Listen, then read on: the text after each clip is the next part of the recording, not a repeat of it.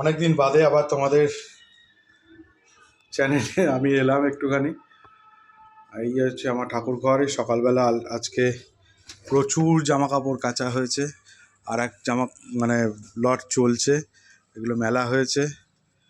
হ্যাঁ, গাছে ফুল ফুটেছে দেখো। আর সবচেয়ে ইন্টারেস্টিং জিনিস তোমাদেরকে দেখাই, দেখো ড্রাগন। কি অসাধারণ লাগছে না?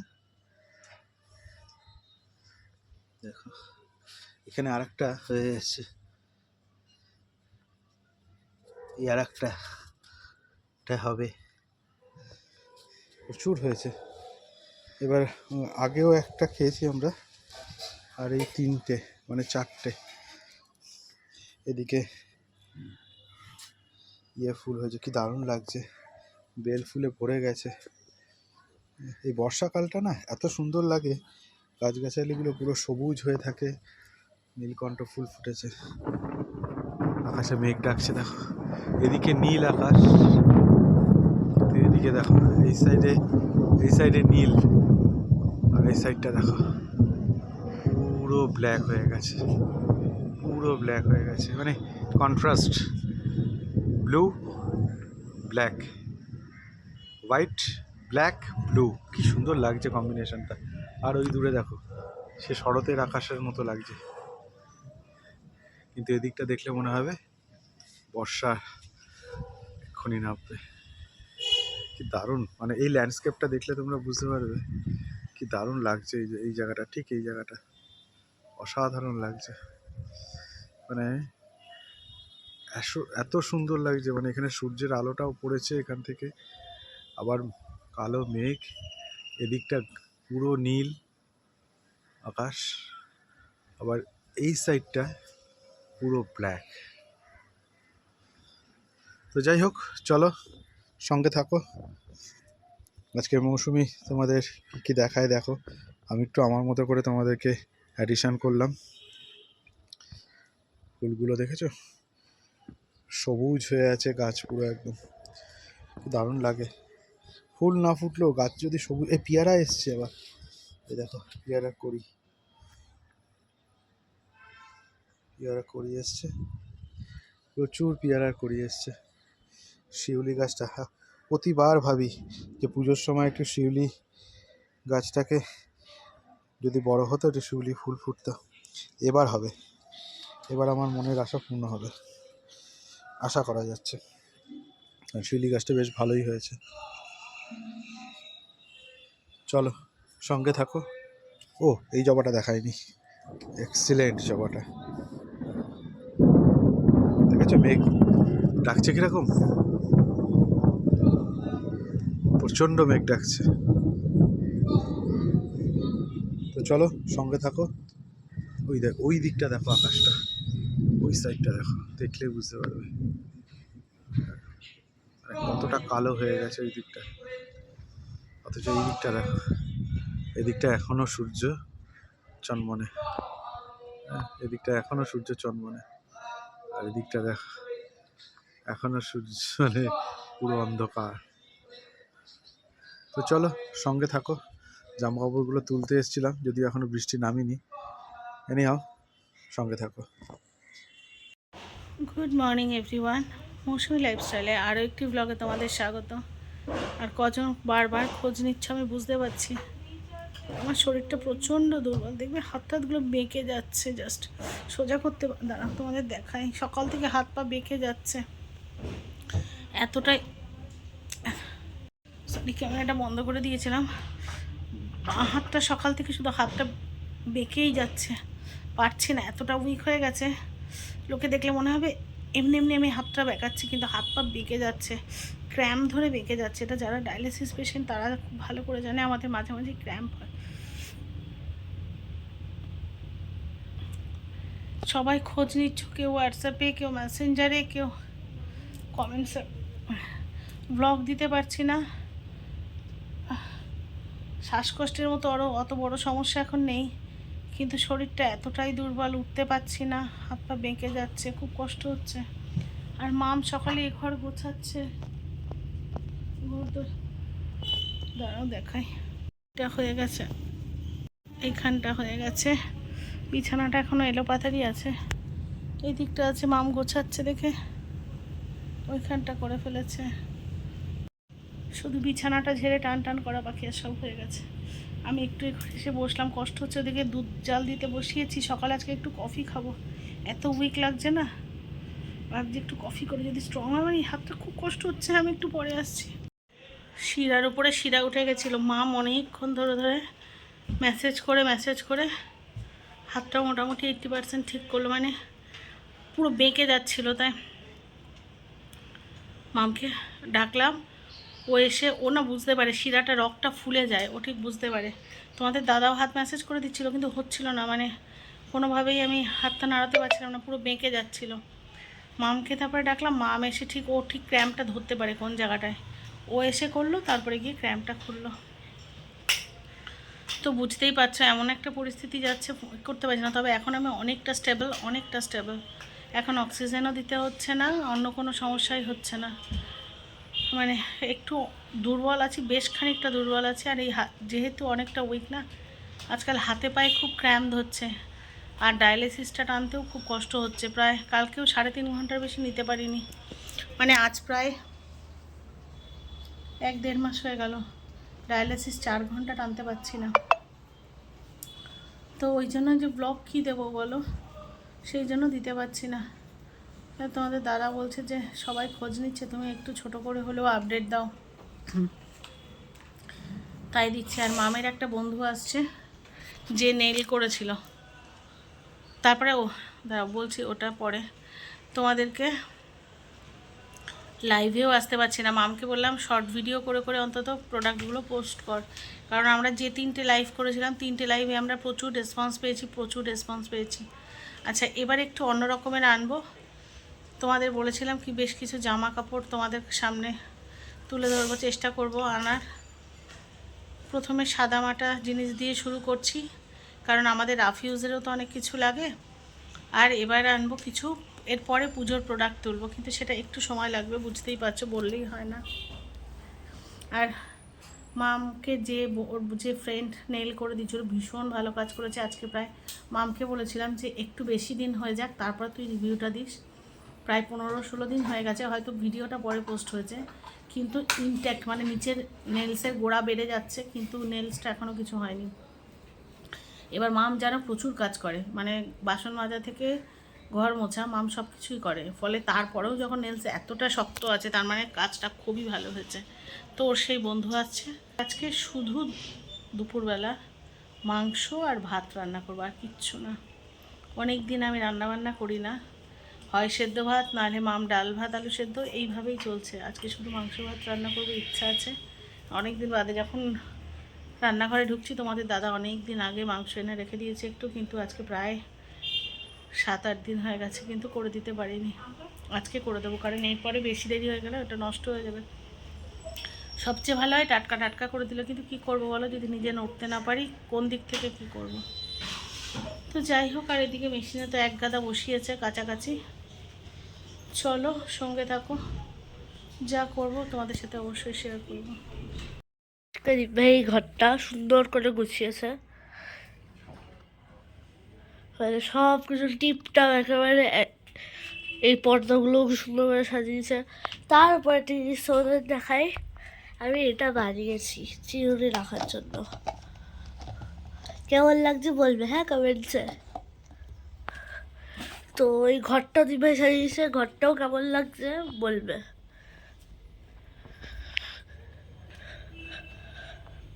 তো সারাদিন বাদে এলাম, দুপুরে রান্না করবো বলেছিলাম, তোমাদের আর দেখানো হয়নি, বলছি। আর এই দেখো মাম কিন্তু ঘর গুছিয়েছে, মিঠি মনে হয় তোমাদের দেখিয়ে ফেলেছে অলরেডি সব। ওই ঘরটাও গুছিয়েছে, সব সারা বাড়ি গুছিয়েছে দুজনে মিলে, মাম আর তোমাদের দাদা মিলে। ছাদে যাবো, ভালো লাগছে না। মাংস রান্না করেছিলাম, করে হ্যাঁ ওরা আসছে, ওরা বেরিয়েছে, রাস্তায় আছে। যাও,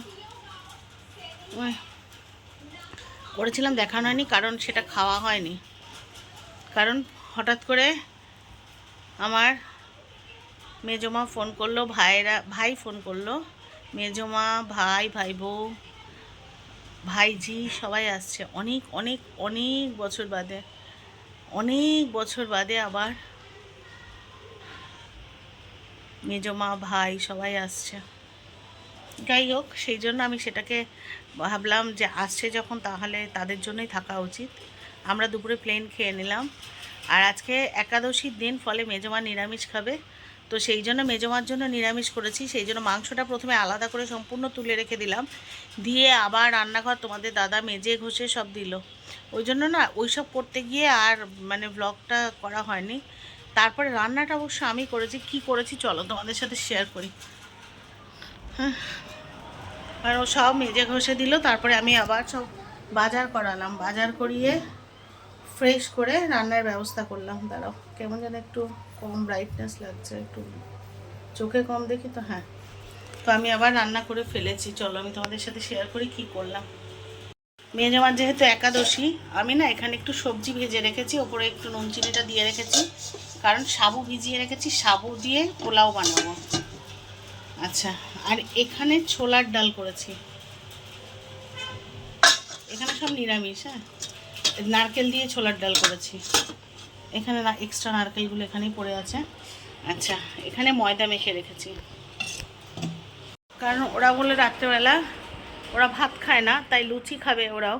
যেহেতু ওরা সবাই লুচি খাবে, তা ভাবলাম যদি মেজমাও একটু খায়, তাই নিরামিষ করে ছোলার ডাল আর লুচিটার ব্যবস্থা করেছি। আর যদি লুচি না খায়, সাবুর পোলাও করব বলে ওই সবজিগুলো ভেজে রেখেছি, মানে গাজর, আলু, ক্যাপসিকাম, নারকেল এইসব দিয়ে একটু ভেজে রেখেছি। ওর মধ্যে দিয়ে দিলে হয়ে যেত, সাবুটা দিয়ে একবারে পোলাও করে দিলে হতো, কিন্তু ভাবলাম কি থাক, ওটা যখন খাবে তখন পোলাওটা ওই মানে কী বলে ওটা, এক্ষুনি বললাম, সাবুটা মিশিয়ে গরম গরম পোলাওটাকে নেড়ে দেবো। আর ময়দাটা মেখে রেখেছি যাতে রাত্রেবেলা আর কি ঝামেলা না হয়। আর মাংসটা একদম সেপারেট করে টেবিলে রেখে দিয়েছি। চলো তোমাদের সাথে শেয়ার করি। ওটা যেহেতু আঁশ, মানে সেই জন্য আর মেজমাকে টেবিলে খেতে দেবো না। এখানে আমার জন্য একটু ছানা কেটে রেখেছি, আমি খাবো তাই। আর এই যে মাংসটা রান্না করে আর খাওয়া হয়নি, রেখে দিয়েছি। আমাদের দুপুরের একটু ভাত আছে, বাচ্চাটা যদি ভাত খেতে চায়। আর এটা আমি টক দই পেতেছি, দেখি তো টক দইটা হয়েছে, জমছে, তবে এখনও একটু নড়ছে। তো এই মাংসটা ওখানে সম্পূর্ণ সেপারেট করে রেখে দিয়েছি যাতে আঁশটা আসে। তার মানে আঁশ হিসাবে শুধু মাংসটা রান্না থাকলো, আর ওখানে সব নিরামিষ একদম ধরে। তারা আবার ভালো করে হাত ধুই। সরি পড়ে যাচ্ছিলাম। আসলে না খুব দুর্বল হয়ে গেছি, হাতটা ভালো করে ধুয়ে নিলাম, কারণ ওই মাংসের ঢাকনাটা খুলে তোমাদের দেখালাম। খুব দুর্বল হয়ে গেছি, কথায় কথা না পড়ে যাচ্ছি, ডিসব্যালেন্স হয়ে যাচ্ছি। তো ওই মাংসটা শুধুমাত্র আঁশ হিসাবে মাংসটা ওইটা ওখানে রেখে দিয়েছি। আর ছোলার ডাল আর ইয়ে তো পুরো নিরামিষ করেই করা, ওই জন্য আর অসুবিধা হবে না। তাই ছোলার ডাল, মাংস, লুচি এই হচ্ছে খাওয়াবো। ওরা রাত্রে ভাত খায় না। আমি জিজ্ঞাসা করেছিলাম তোরা ভাত খাবি না লুচি পরোটা এই টাইপের, তা বাচ্চাটা লুচি বেশি ভালোবাসে, সেই জন্য লুচির ব্যবস্থাই করেছি। একবারে রেখে দিয়েছি যাতে এলে কথা বলতে পারি, খাওয়ার সময় শুধু একটু ভেজে দেবো।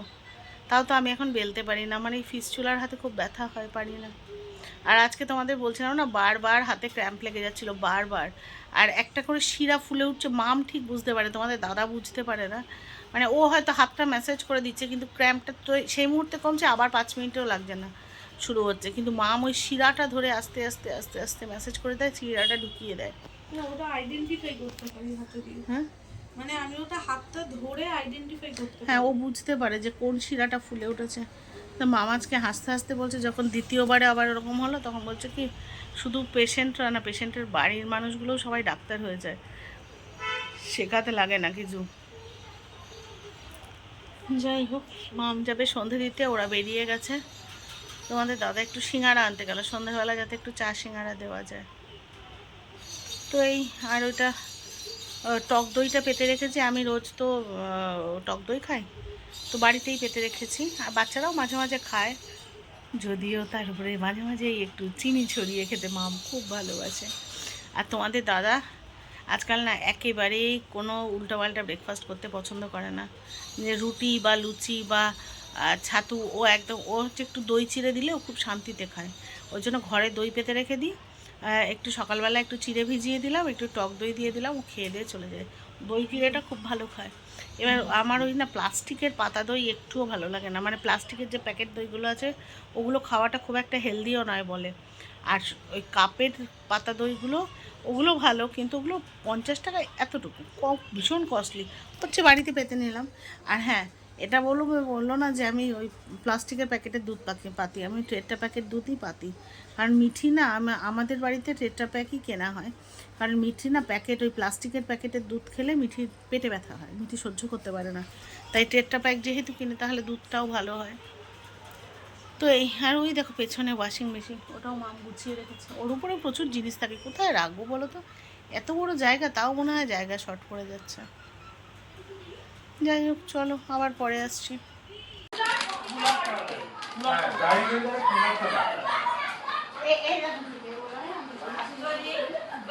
মানে যেটা আমি বলছি যে পজিশনে, সেই পজিশনে আমার ফোনটা তুই নে, বুঝেছিস? চল শুরু কর। এটা আমাদের তিতলি রানী, মিঠি রানী, আর এটা জুনিয়র রানী, তাই তো? জুনিয়র লজ্জা পাচ্ছে না? মিঠির লজ্জা নেই, তিতলিরও নেই, কারণ ওদের লজ্জা কেটে গেছে এখন ভিডিও করে করে, তাই না? বলে আমি গ্রাউন্ড ফ্লোরে থাকি আর টপ ফ্লোরে থাকে, সেই জন্য আমরা শাইনি হয়ে আছি। ও, ওই জন্য তোরা শাই নোস। ও, আর তুই শাই জুনিয়র, জুনিয়র একটু একটু শাই না? এখানে সব থেকে বড় কোনটা? এইটা, এটা কি সবার দিদি? একটা ক্লাস 5, একটা 4, একটা 2। এটা সব থেকে গেম। এটা ইজরা শুনি যা। সবার মুখস্থ হয়ে গেছে তিতলির ইঁদুরের আওয়াজ। আর তোরা খেলা করছিস? পারি না পারি। তোরা খেলা করছিস তো? কি খেলছিস? Word guess, sorry number guessing. Number guessing. Start কর। আচ্ছা খেলো। চল রক পেপার সিজার, ও তো লেখা আছে লিখে রাখ। তো সবাই এসে গেছে, আর আমি অনেকক্ষণ ধরে গল্প টল্প করে এলাম এবার রান্নাঘরে। সবই তো হয়ে গেছে, বাকি ছিল শুধু সাবুর পোলাওটা করা আর লুচিটা ভাজা। কারণ এখন বেশ রাত, কালকে তো বাচ্চাদের সবার স্কুল আছে। তো এবার তো খাওয়া দাওয়া করতে হবে, কারণ এখন প্রায় বাজে রাত 10:30। চলো রান্নাবান্না শেষ করে নিই।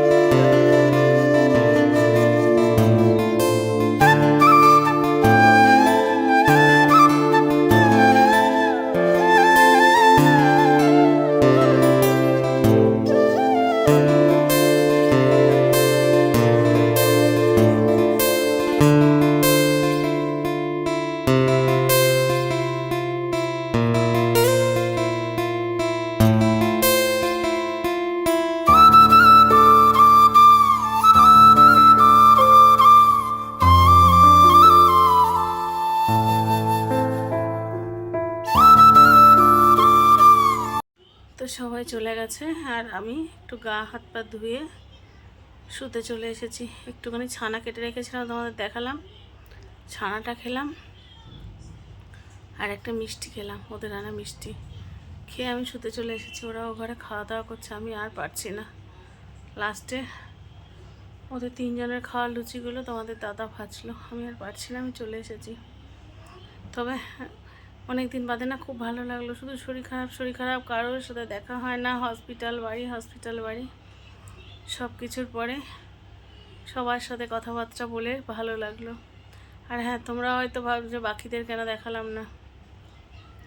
সবাই তো ক্যামেরা ফ্রেন্ডলি নয়, বুঝতেই পারছো সবাই ক্যামেরার সামনে আসতেও চায় না,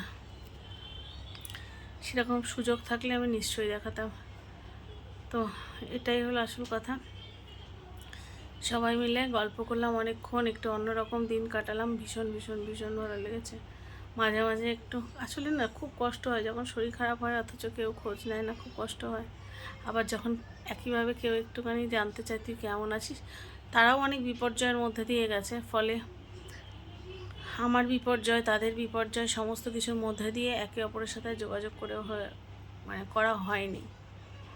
কারণ যখন পরিবারের বিপদ থাকে সেটা যে কতটা সাংঘাতিক সেটা যার সাথে হয় সে শুধু জানে। যাই হোক, আলটিমেট তারা বিপর্যয় কাটিয়ে উঠে আমাকে অন্তত ফোন করে জানতে চেয়েছে তুই কেমন আছিস, এটাই আমার কাছে অনেক অনেক অনেক বড় পাওনা। যাই হোক, চলো কাল সকালে আবার ডায়ালিসিস আছে, ভোরবেলা উঠতে হবে। আজকের ব্লগটা এখানেই শেষ করি, করে ঘুমিয়ে পড়বো। সবাই যে যেখানে আছো ভালো থেকো, সুস্থ থেকো। আর যদি নতুন কোনো বন্ধু আমার চ্যানেল ভিজিট করে থাকো, চ্যানেলটা সাবস্ক্রাইব করে পাশে থেকো প্লিজ। আর ব্লগটা একটুও ভালো লেগে থাকলে লাইক কমেন্ট শেয়ারের পাশাপাশি একটা হাইপ করে দিও। দেখা হচ্ছে নেক্সট ব্লগে, ততক্ষণের জন্য সবাইকে শুভরাত্রি।